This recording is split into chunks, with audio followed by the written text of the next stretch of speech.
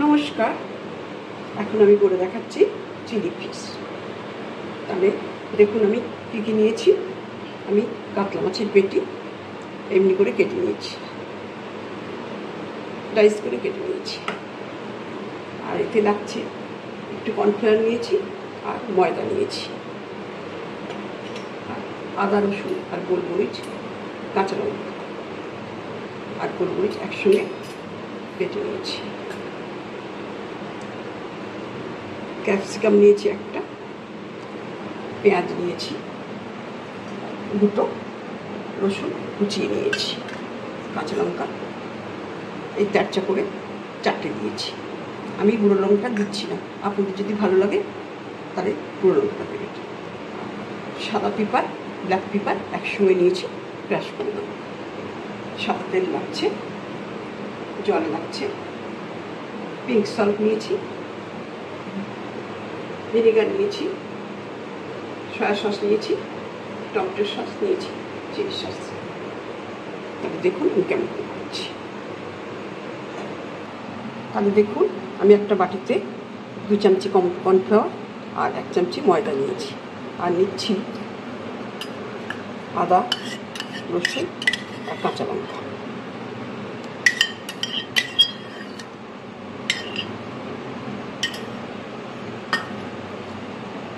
আর pink salt আমি 1 চামচি দিচ্ছি, আপনারা আপনাদের স্বাদ মতন দেবেন। গোলমরিচটা ক্রাশ করে দিচ্ছি।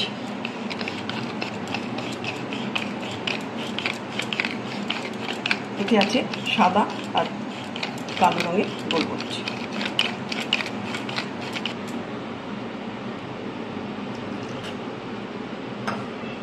আমি এতে সামান্য জল দিচ্ছি, যতটা লাগবে ততটাই দেবো।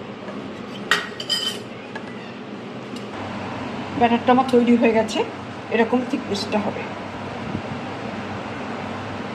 এবার আমি এতে মাছগুলো দিয়ে দিচ্ছি।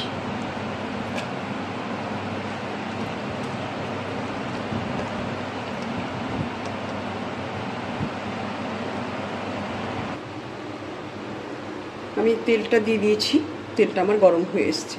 এতে আমি একটু পিঙ্ক সল্ট দিয়ে দিচ্ছি।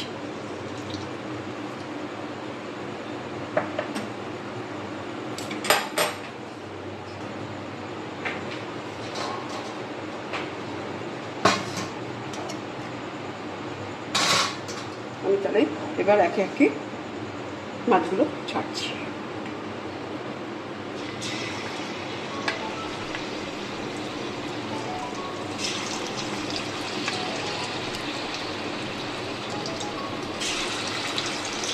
আপনারা চাইলে রুই মাছ, বাসা মাছ, ভেটকি মাছ সব রকমই দিতে পারেন।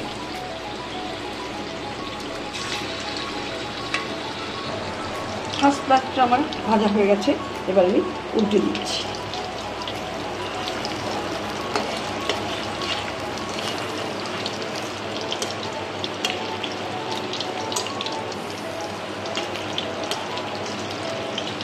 এইভাবে আমি বাকি মাছগুলো ভেজে নেব।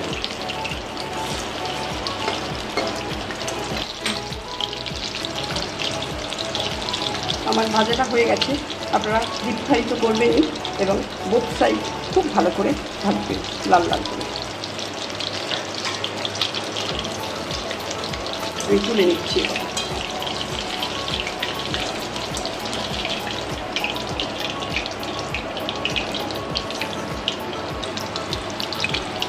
আমি দ্বিতীয় ব্যাচটা ছেড়ে দিয়েছি, 1 পিঠ হয়ে গেছে, এবার আমি উল্টাবো।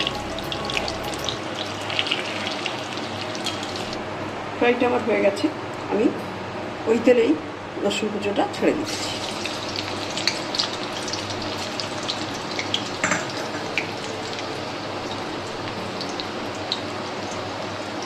এবার ক্যাপসিকামটা ছেড়ে দিচ্ছি।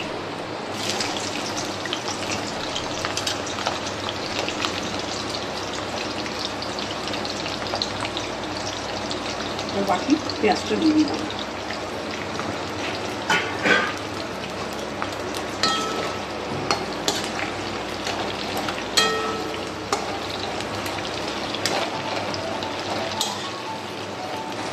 এটা ভাজা হচ্ছে।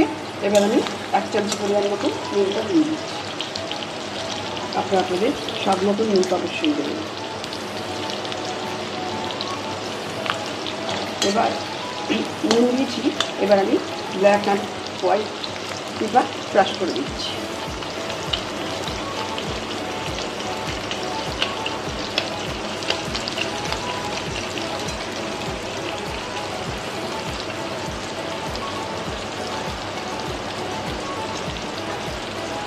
এরপরে আমি এই 4 করে কেটেছি লঙ্কাগুলো, 4টে লঙ্কা দিয়ে দিচ্ছি। আপনারা গুঁড়ো লঙ্কা খেতে চাইলে একটু গুঁড়ো লঙ্কা দিয়ে দেবেন।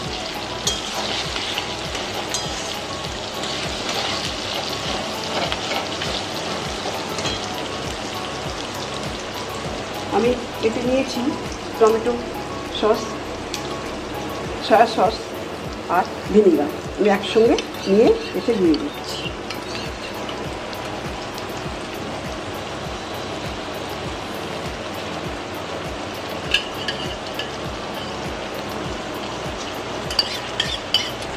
এবার কর্নফ্লাওয়ার আর জলের মিশ্রণটা আমি দিয়ে দিচ্ছি।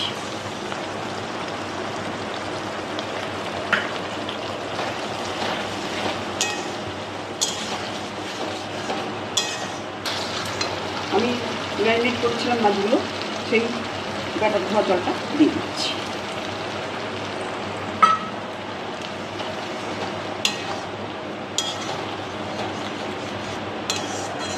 এবার আমি ফিশ পকোড়াগুলো ছেড়ে দেবো।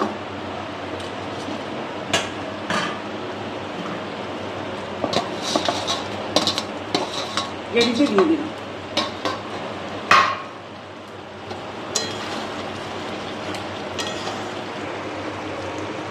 রান্নাটা আমার হয়ে গেছে। এবার আমি সার্ভ করে দেবো। তাহলে হয়ে গেল আমার দুর্দান্ত স্বাদের চিলি ফিশ। আমি সার্ভ করে দিয়েছি। এটা আপনারা ফ্রাইড রাইস, পোলাও, লুচি, পরোটা, রুটি, ভাত সবের সঙ্গেই খেতে পারেন। তাহলে আপনারা এইভাবে তাহলে প্রথম থেকে শেষ অবধি ভিডিওটা দেখার জন্য আপনাদের অসংখ্য ধন্যবাদ। নমস্কার।